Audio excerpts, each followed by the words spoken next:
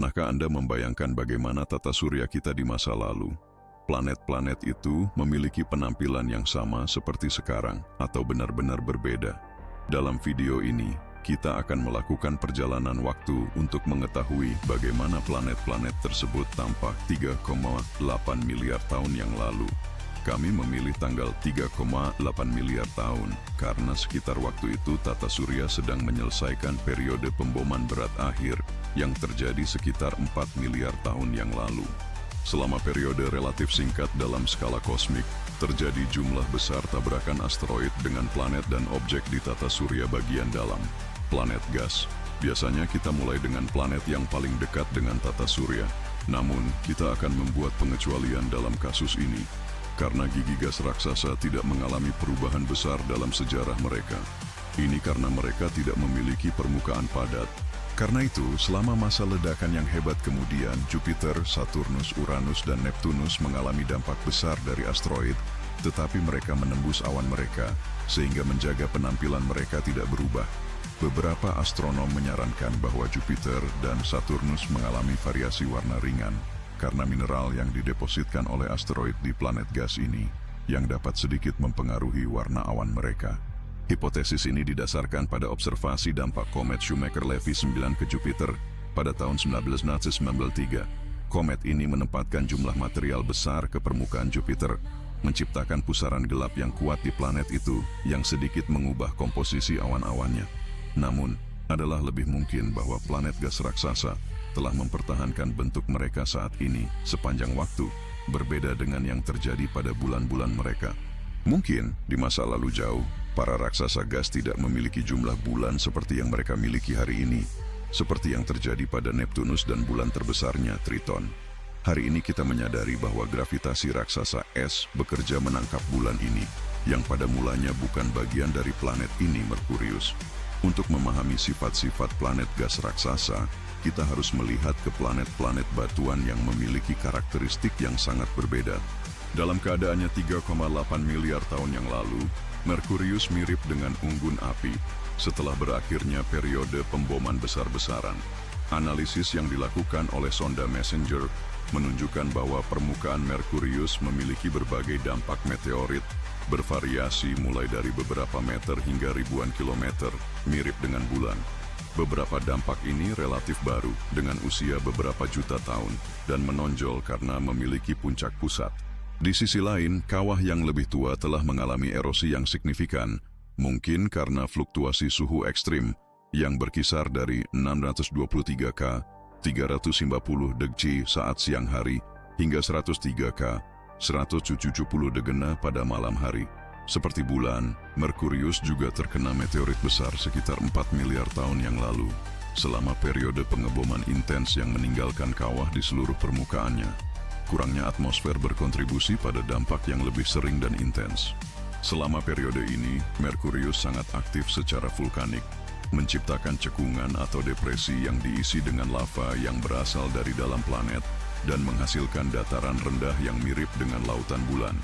Keberadaan gunung berapi yang mungkin telah dikonfirmasi oleh wahana pesan. Dataran rendah Merkurius memiliki dua usia yang berbeda. Dataran tinggi muda kurang terdapat kawah dan tampaknya berasal dari aksi lahar yang menutupi tanah yang sudah ada. Salah satu ciri khas dari bentukan planet ini adalah lipatan tekanan yang melintasi dataran tinggi. Teori utama menyarankan bahwa saat inti planet ini mendingin dan menyusut, permukaannya mulai mengalami proses deformasi. Lipatan-lipatan yang terlihat di atas kawah dan dataran mengindikasikan bahwa mereka lebih baru. Permukaan Merkurius secara signifikan dilenturkan oleh gaya pasang surya. Gaya pasang di Merkurius 17% lebih kuat daripada di bulan di bumi. Aspek yang mencolok dalam geologi Merkurius adalah cekungan kaloris, kawah dampak yang merupakan salah satu depresi meteorit terbesar di seluruh tata surya. Formasi geologi ini memiliki diameter sekitar 1.550 km. Sebelum pesawat ulang-alik lewat, diperkirakan ukurannya 1,300 km. Selain itu, memiliki bentuk asal yang tidak diketahui sebelumnya dilihat pada benda langit manapun, dan juga terdiri dari sekitar 100 retakan sempit dan sebuah permukaan datar yang dikenal sebagai laba-laba. Di tengah planet ini terdapat kawah yang hubungannya dengan pembentukannya masih belum diketahui.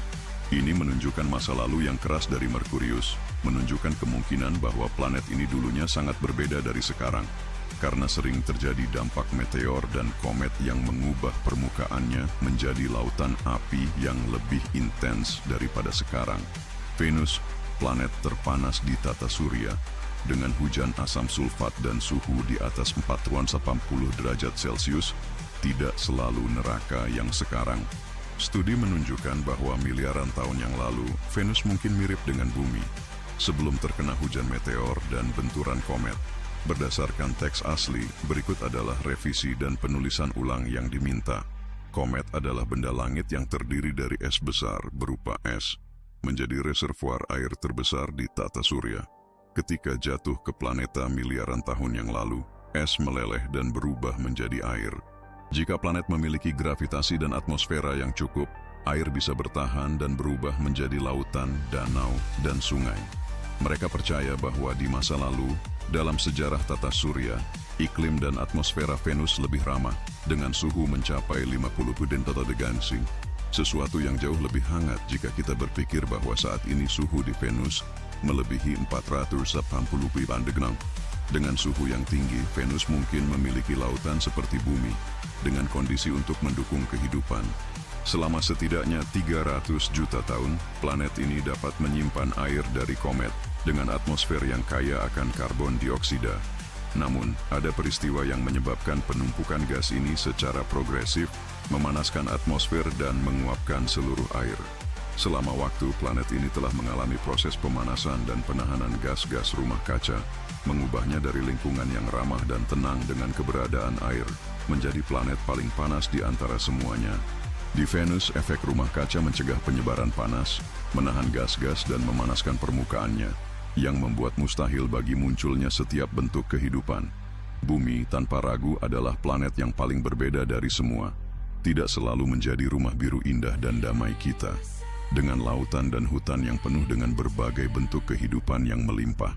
38 miliar tahun yang lalu, setelah periode pengeboman terlambat, bumi memiliki penampilan yang benar-benar berbeda. Pada saat itu, planet kita berada di awal zaman arkaik. Selama periode ini, terjadi evolusi kerak bumi yang berimplikasi pada keberadaan tektonik lempeng, pergerakan lempeng, dan struktur internal planet mirip dengan saat ini. Namun, hal ini ditandai dengan suhu tinggi. Dipercayai bahwa telah terjadi peningkatan aktivitas seismik karena pembentukan litosfera yang cepat, yang juga akan mengakibatkan peristiwa yang lebih intens di punggungan laut. Punggung laut berasal dari pergerakan lempeng tektonik. Pada saat itu, zona subduksi menunjukkan aktivitas yang intens, dengan peningkatan jumlah lempeng kecil, yang mengakibatkan gempa bumi yang sering terjadi secara global. Gunung berapi meletus di berbagai wilayah, dan atmosfer menunjukkan konsentrasi gas rumah kaca yang tinggi, seperti karbon dioksida. Atmosfera tidak memiliki oksigen bebas sekitar 500 juta tahun yang lalu, selama pembentukan bumi. Suhu mirip dengan sekarang, dengan keberadaan air cair, seperti yang ditunjukkan oleh beberapa geneis yang sangat deformasi, yang dihasilkan dari metamorfosis protolit sedimen. Studi astronomi menyarankan bahwa matahari memancarkan sekitar sepertiga kecerahan saat ini, yang mungkin telah memengaruhi penurunan suhu global. Percaya bahwa pada saat ini terjadi peningkatan gas rumah kaca terbesar dalam sejarah bumi ketika stromatolit muncul. Stromatolit adalah fosil penting yang berasal dari aksi kelompok sel dalam koloni yang membentuk batuan sedimen, muncul 3,7 miliar tahun yang lalu, dengan keberlimpahan maksimal sebesar 1.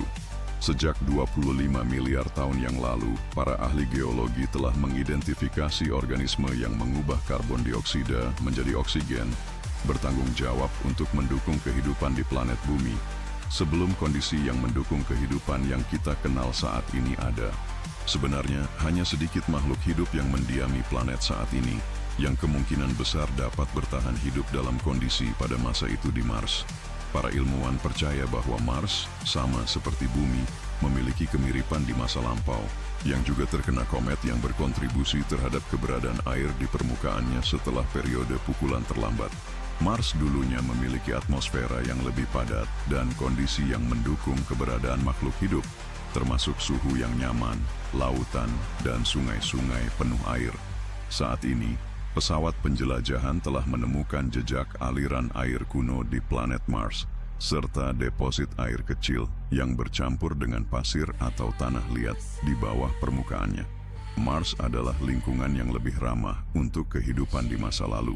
Karena itu, beberapa ilmuwan mempertimbangkan kemungkinan kehidupan berasal dari sana dan kemudian bermigrasi ke bumi melalui asteroid. Konsep ini dikenal sebagai teori panspermi, topik yang dibahas secara lebih detail dalam video kami tentang kemungkinan adanya dinosaurus di bulan. Selama waktu yang lama, Mars dianggap sebagai planet yang paling cocok untuk kehidupan, bahkan memiliki kondisi yang lebih menunjang daripada bumi. Namun, karena inti yang kecil, Mars dengan cepat mendingin, menyebabkan hilangnya medan magnetnya. Tanpa perlindungan tersebut dan dengan gravitasi yang rendah, atmosfer Mars menjadi rentan terhadap radiasi matahari. Angin matahari, seiring berjalannya waktu, secara perlahan mengerok atmosfer Mars, mengurangi tekanan atmosfer, menyebabkan penguapan air, dan mengakibatkan absennya air di planet tersebut. Sejarah menunjukkan bahwa planet-planet mengalami perubahan signifikan, memengaruhi keadaan saat ini di mana mereka berada. Karena hal itu, satu planet berhasil dalam menjamin kondisi ideal untuk kehidupan. Mempelajari masa lalu memungkinkan kita memperkirakan masa depan. Saat ini, kita memahami bahwa bumi dan planet lainnya terus berevolusi, menunjukkan bahwa planet kita tidak akan selamanya menjadi lingkungan yang ramah seperti saat ini. Kita harus merawat bumi dan melindunginya hingga kita menemukan rumah baru di planet lain di alam semesta. Bagaimana jika kita membuat video tentang visi planet di masa depan? Bagikan pendapatmu.